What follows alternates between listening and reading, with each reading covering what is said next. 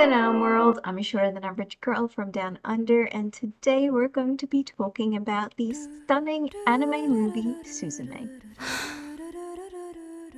So I was casually just browsing something to watch a few weeks back and I came across this movie, and when I watched it, I knew I had to make a video about it. My experience with this film can't be described by anything but spiritual.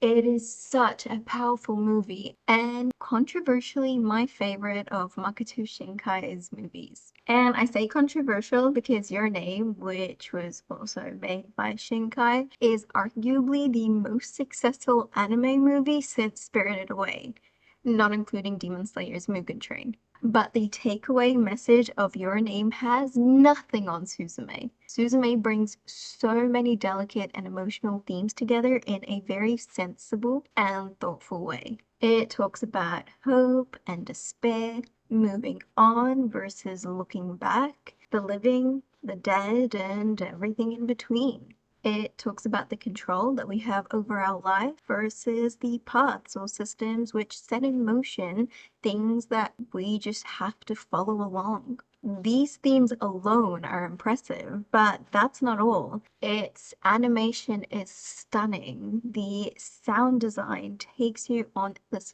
journey, and the balance of emotions is super intense. So today we're going to be dissecting all the themes, characters, and plots which make Suzume such a beautiful story. But if you're only here for the movie review, then you can skip to the time shown on the screen right now or the timestamp in the description, whichever suits you best. But for now, let's talk stories.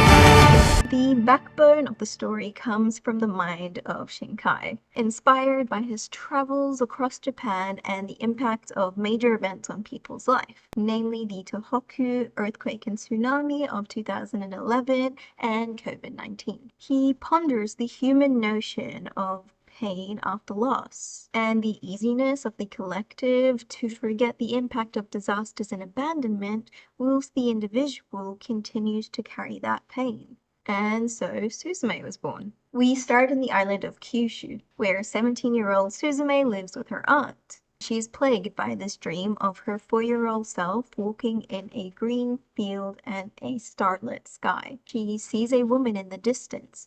She calls her mom, but the dream always ends without her being able to see that woman's face. You see, Suzume's mother was a single mom and a nurse, but she unfortunately passed away in the Tohoku earthquakes when Suzume was only 4 years old. And that's when her aunt Tamaki adopts her and takes her to the island of Kyushu. Suzume herself is studying to become a nurse like her mother, and on the way to school one day she crosses a man named Souta Munakata who asks her if there are any ruins nearby. She tells him that there is this abandoned spa in the mountains, but she can't shake the feeling that she knows him. So she ends up going to the abandoned spas herself, but she doesn't find him there. Instead, she finds a door in the middle of this place, and when she opens the door, she sees the field in her dreams. When she tries to walk through, it just disappears. And that's when she accidentally trips on this runic looking thing. When she picks it up, it turns into a cat and runs away. During lunch, an earthquake hits, and Suzume is the only person who can see the smoke coming from the location of the abandoned spas.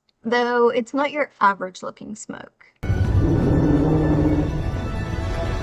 So she decides to go back to the spa and discovers that the smoke is coming from the door that she opened, and Souta is desperately trying to close it. After helping him close the door and finding out that his arm is injured, Suzume takes him home to patch him up. That is when he tells her that he's a closer, an inherited job where he travels around Japan looking for these doors to ever after and locks them before the worm, the giant smoke thing melting, comes out and causes catastrophic earthquakes. So ever after is the timeless realm where souls go after someone dies, and abandoned places turn into portals between the realm of the living and ever after, given that people haven't made peace with what they once had and have now lost. The worm takes advantage of these opportunities to enter the world of the living and wreak havoc.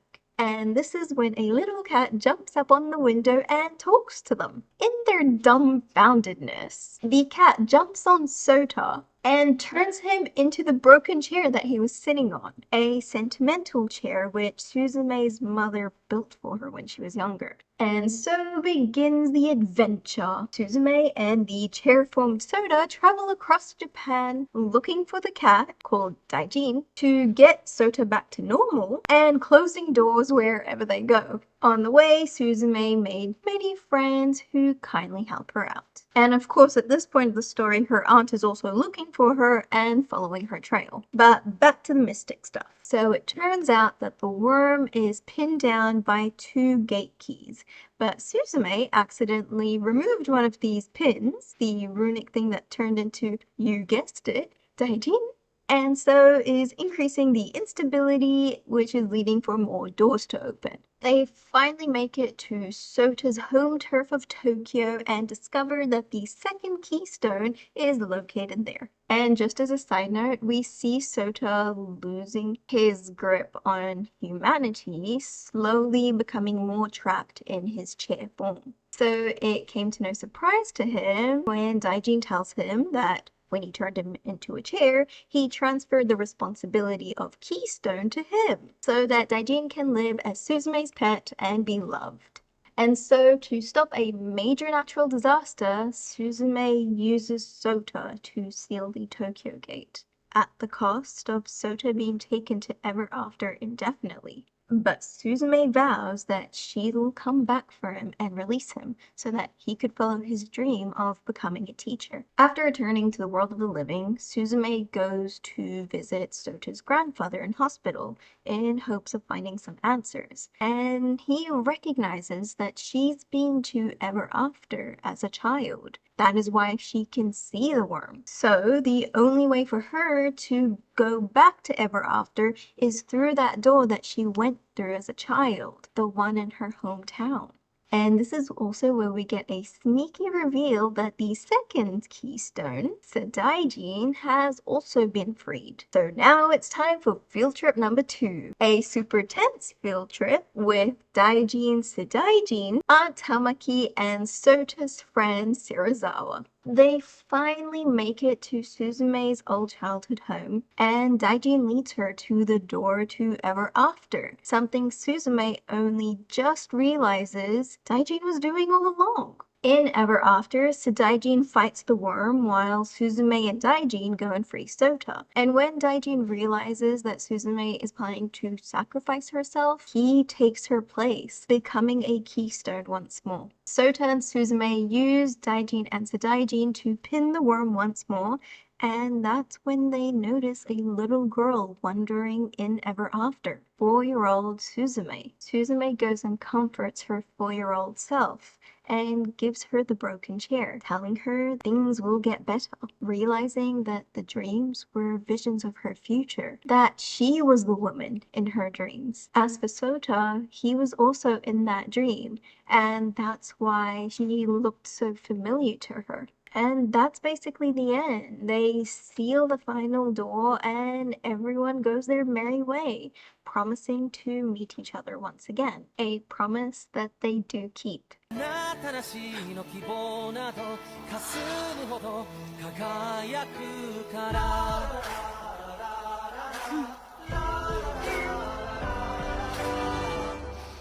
Welcome back.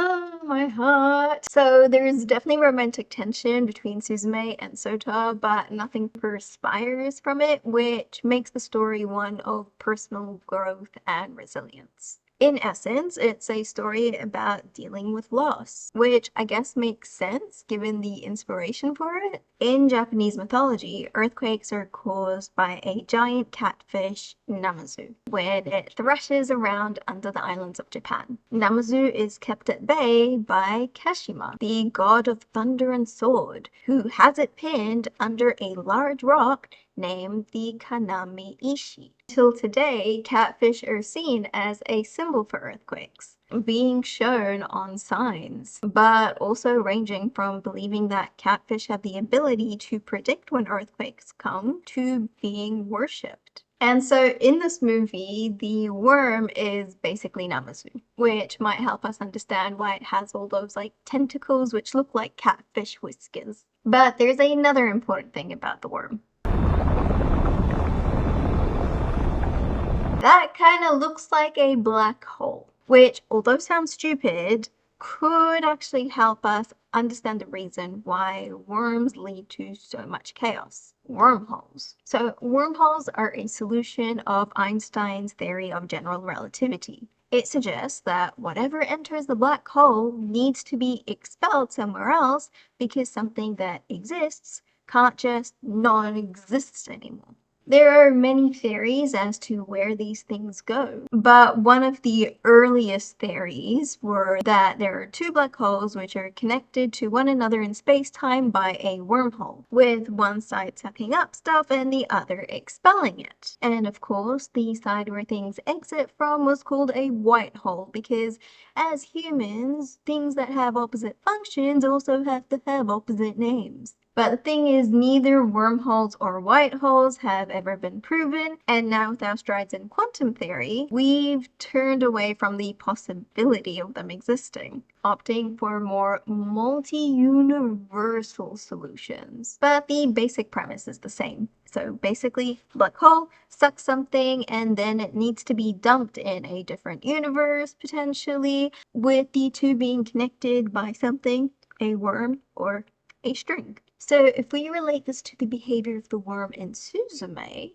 it may explain why in some glimpses of Ever After we can see the destruction from the Tohoku earthquake and tsunami. The death and the destruction they caused have moved things from the realm of the living to the realm of the dead, Ever After. And because Ever After is timeless, these exist in it forever. But Ever After kinda has quantum properties, with its form changing depending on the observer. So Ever After looks drastically different for Souta than it does for Suzume. And for Suzume, it's different depending on the state that she's in when she enters it. Wow, I went way down that physics rabbit hole. Let's get back to the story. The whole earthquake thing could be viewed as a metaphor for the chaos of not being able to make peace with your past. The worm's only access to the world of living is through doors located in abandoned areas, allowing the past to leak back into the present. Listen to the past. Hear their voices.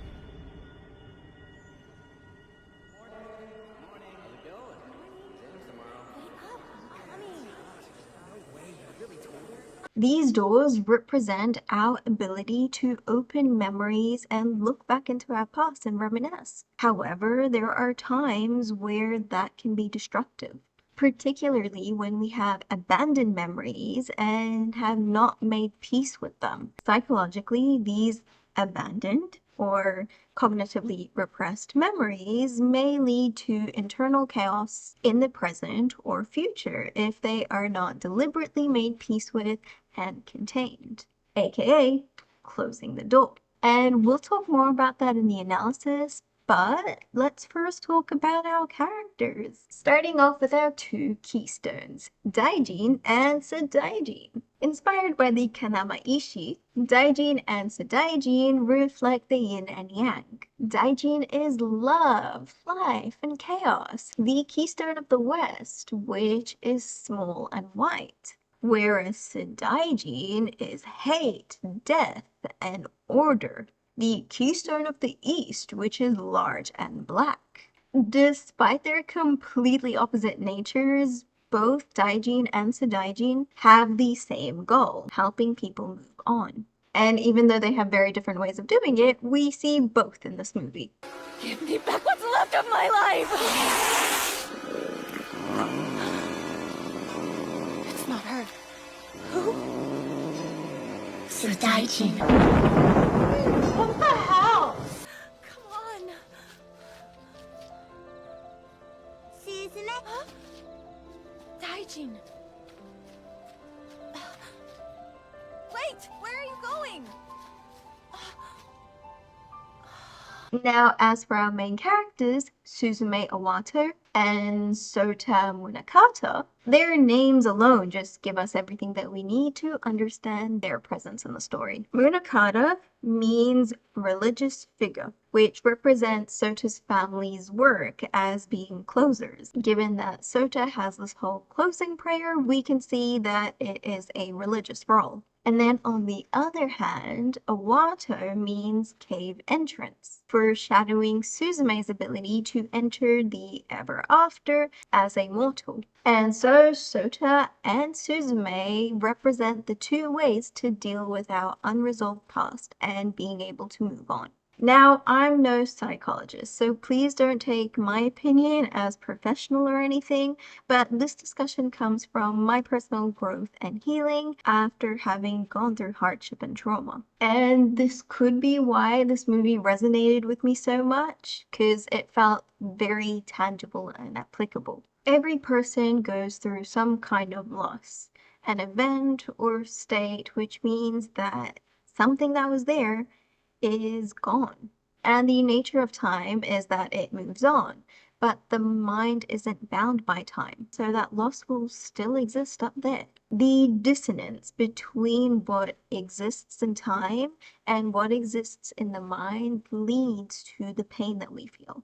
And without acknowledging the source of that pain and being able to tell our mind that that's a memory in the past, we continue to have that pain, confusion, and frustration creeping in now and again. For Suzume, that is the loss of her mother. Despite being so young when it happened, it was an event that had a significant consequence on her life. Something she had never been able to face or acknowledge. And so she continues to have this dream about the fated day 13 years ago. But they're incomplete memories, so she desperately clings on to whatever she has to remember her mother by, like studying to become a nurse, or the chair, or attempting to reclaim the things that she's buried in her subconscious. However, fate was steering her to a path of healing, starting on the day that she met Souta. Okay, so this bit can be confusing, so just hear me out. Because Ever After is not time-bound, her child self that entered 13 years ago and her future self can interact. So her fuzzy memories of Ever After allowed her to remember Souta from the future, but not recognize him completely. And this not chance meeting put the wheels in motion for Suzume's healing. She released Daijin from his keystone state so that he could act as a guide to her door for healing and give her the tools necessary to facilitate that, including but not limited to the entire journey. And Daijin is fully misunderstood by the characters as this evil villain when he was actually the hero who's helping Suzume to heal herself. Something Suzume finally realizes at the end. You knew exactly where this was. Daijin, have you been guiding us to open doors this whole time? But I thought...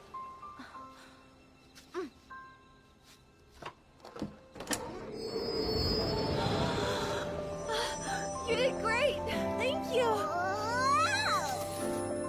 Let's go, Suzume! And so for those who are familiar with the story of Musa alayhi salam and Al-Khidr from the Quran, the role of Daijin really reminded me of this. There are things that we perceive as destructive or evil because we don't see the full picture and are bound by space, time, and our senses, which ultimately influence how we judge acts as morality. But at the end, it turns out that these acts are for the greater good. Acts which set in motion the path of salvation for all those who are involved. And these actions don't have to be played by some 4D chess expert leveled consciousness, but by a simple consciousness, like Daijin's, who only has one goal in mind, Suzume.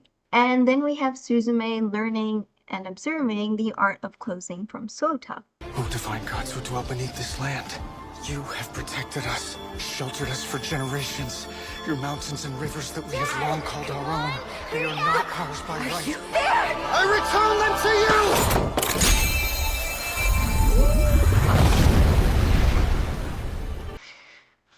It gives me chills every time I listen to it. It's so beautiful. So basically, the prayer tells us that to close doors, one must A,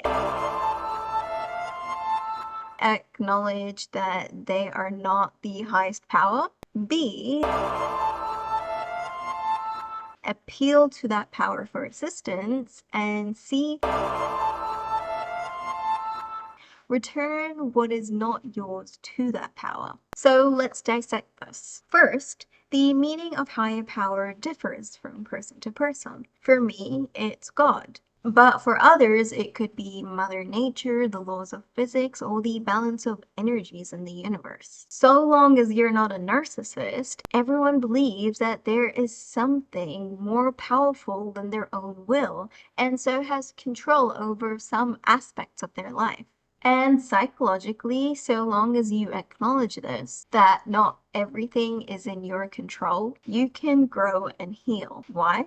Because it allows you to let go of self-blame and allows you to forgive yourself for not being perfect. Appealing to a higher power actually results in strength and resilience, because now an individual has acknowledged their own limitations. Asking for assistance from something else that you genuinely believe in that doesn't have those faults that you do. And so this assures you that when you're moving forward to the next step, those limitations of yours will be covered by that higher power.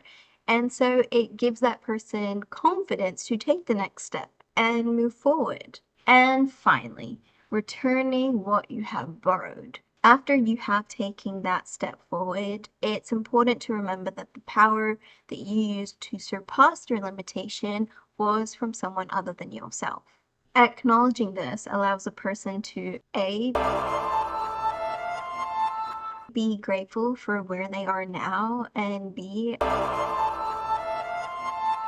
aware of how it feels without that limitation. And so they have a reference of what to move forward to, leaving us longing to move forward. And this last step is the most important. Without drive to take ourselves away from the pain, there will be no healing, because we have free will. And so no power can actually interfere with that, because then it won't be free will anymore.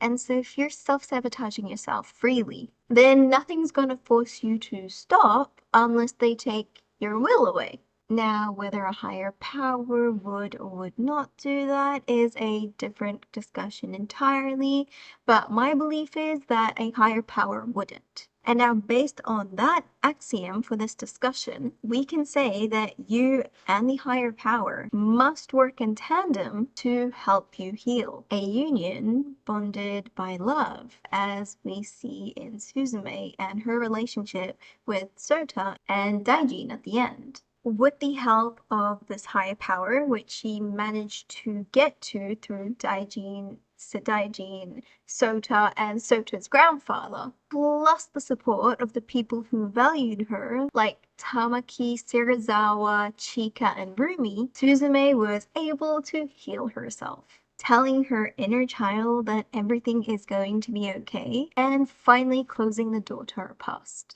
Acknowledging to herself that she brought herself this pain of loss when she didn't accept that her mother was killed during the Tohoku earthquake, and that she kept searching for something better when she already had it in the form of her aunt Tamaki. And it's important to note that it wasn't like Suzume didn't know this information, because she says before that she feels bad for taking the best years of her auntie's life. But her inner child wasn't satisfied, consequently bringing up these unresolved issues, which Suzume feigned were resolved on the surface because it made sense. And sometimes we do this in these situations. When there's something unresolved in our inner child, we push it down and cope by resolving those things and other stuff. So in Suzume's situation, her inner child needed to be healed. So she goes and studies to heal others, which helps her feel better about herself temporarily. So what is the inner child, and how did this particular adventure help Suzume heal herself? Well, the inner child is an innate consciousness that we are born with, and the original way that we perceive the world. It's innate, innocent, and holds our deep need for others, because it is the very dependent part of our being.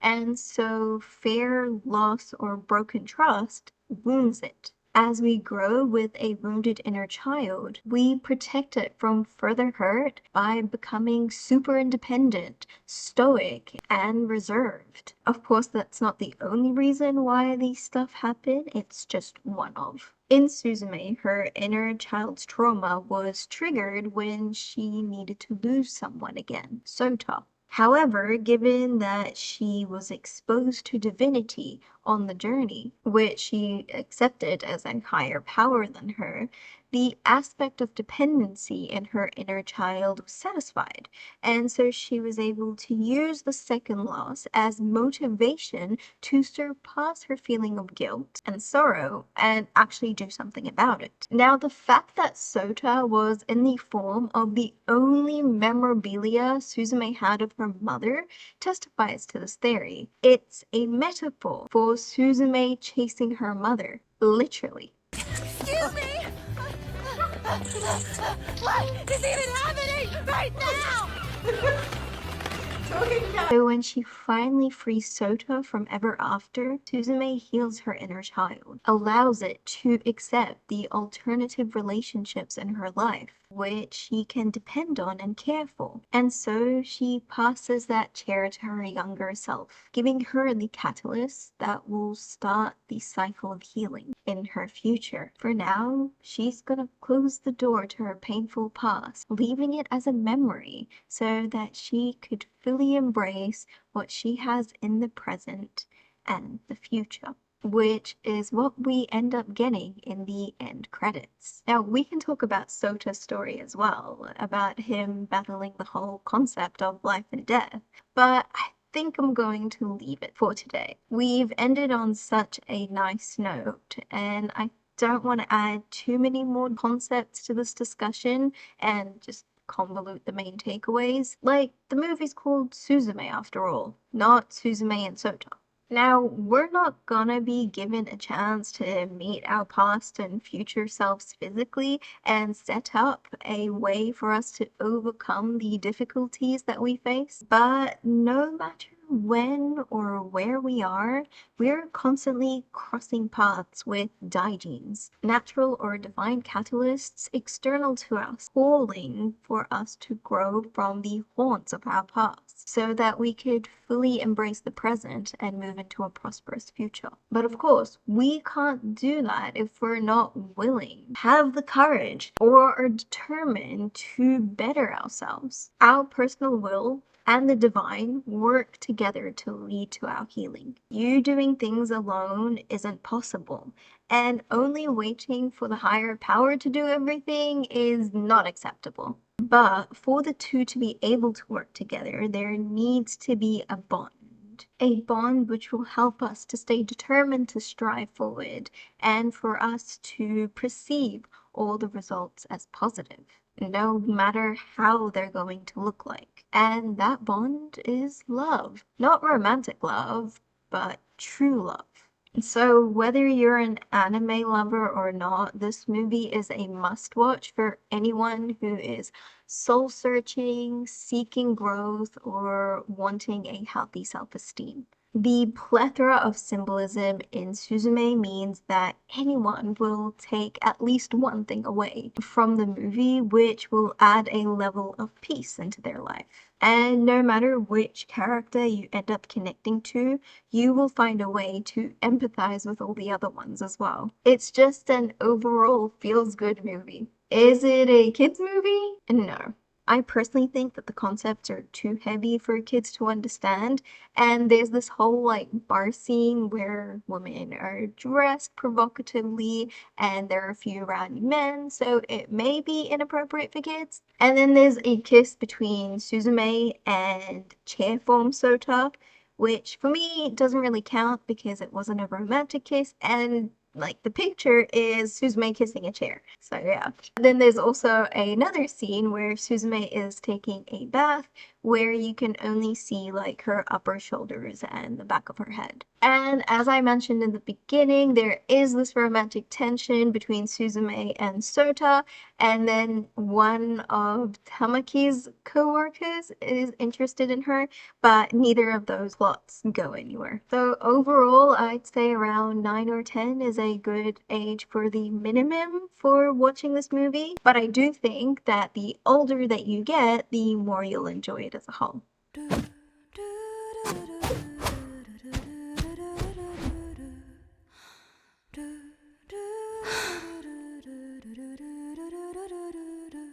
And that is the magical Suzume. If you want to watch this masterpiece, please use a streaming platform that doesn't support the violation of human rights or the spread of negativity in the world. If you learned something, please share this video with anyone you think would be interested. And if you liked it, please hit the thumbs up, subscribe, and hit the notification bell so you don't miss out on similar content. Remember, be brave, be happy, and be kind, and we'll catch you all next time.